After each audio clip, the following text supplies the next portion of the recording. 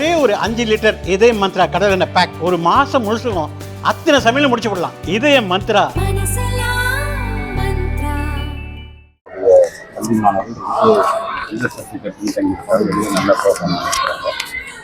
நல்லா பெர்ஃபார்ம் பண்ண பிளாக் எப்படி நல்லா பெர்ஃபார்ம் பண்ணாங்க அதை நம்ம லோயஸ்ட் பெர்ஃபார்மிங் பிளாக்ஸுக்கு ஒரு கருத்து பரிமாற்றமாக ஒரு ஆய்வுக் கூட்டத்தை நம்முடைய ஆட்சித்தலைவருடைய தலைமையில் இன்றைக்கு தஞ்சை மாவட்டத்தில் நடைபெற்றிருக்கிறது.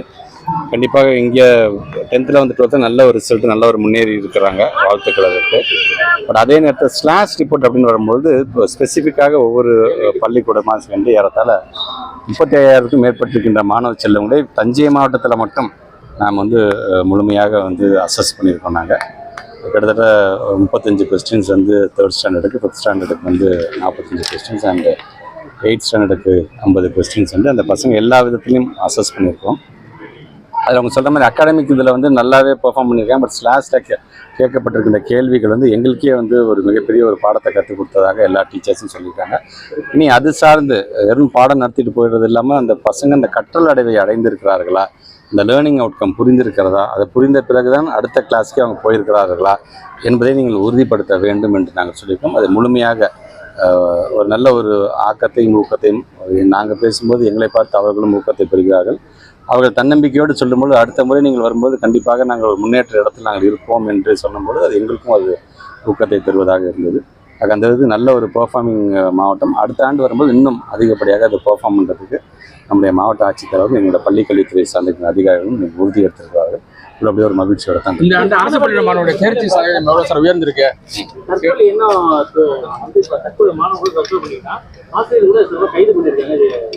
பொதுவாக மாணவர்கள் சார்ந்தும் சரி, ஆசிரியர்கள் சார்ந்தும் சரி, நிறைய நாங்கள் வந்து இந்த கவுன்சிலிங்ஸை பொறுத்த வரைக்கும் நம்ம வந்து கொடுக்க சொல்லியிருக்கோம். ஆர்பிஎஸ்கே ஸ்கீம்ஸ் மூலமாக ஒவ்வொரு ஸ்கூல்லையும் ஒரு விதத்தில் கொடுக்குறாங்கன்னு சொன்னாலும் அவருடைய குடும்பம் சார்ந்து, அவங்க பேக்ரவுண்ட் சார்ந்தும் சில நேரங்களில் வந்து இந்த மாதிரியான தவறான முடிவுகள்.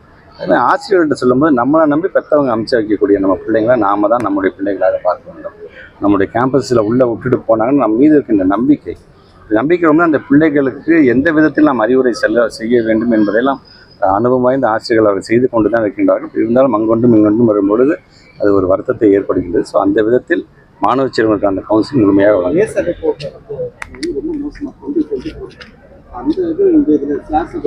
பற்றி நாங்கள் பேசுகிறேங்க. நான் உங்களுக்கே தெரியும், நான் எழுதிய தேசிய கல்விக் கொள்கை என்னும் மத யானை 2020 மத யானை புத்தகத்திலே ஏசர் ரிப்போர்ட்டை பொறுத்த வரைக்கும் யுனெஸ்கோ வந்து அவ்வளோ திட்டி எழுதியிருக்கிறாங்க. அவங்களோட ரிப்போர்ட்டில் ஏசர்னு ஒரு பேரில் வந்து ஒரு ரிப்போர்ட் கொடுக்காங்க. மிக மிக அபத்தமானது. அது தயவுசெய்து அதை யாரும் ஃபாலோ பண்ணிடக்கூடாது அப்படின்னு யுனெஸ்கோ சொன்னது கூட அதை நான் மென்ஷன் பண்ணியிருக்கேன்.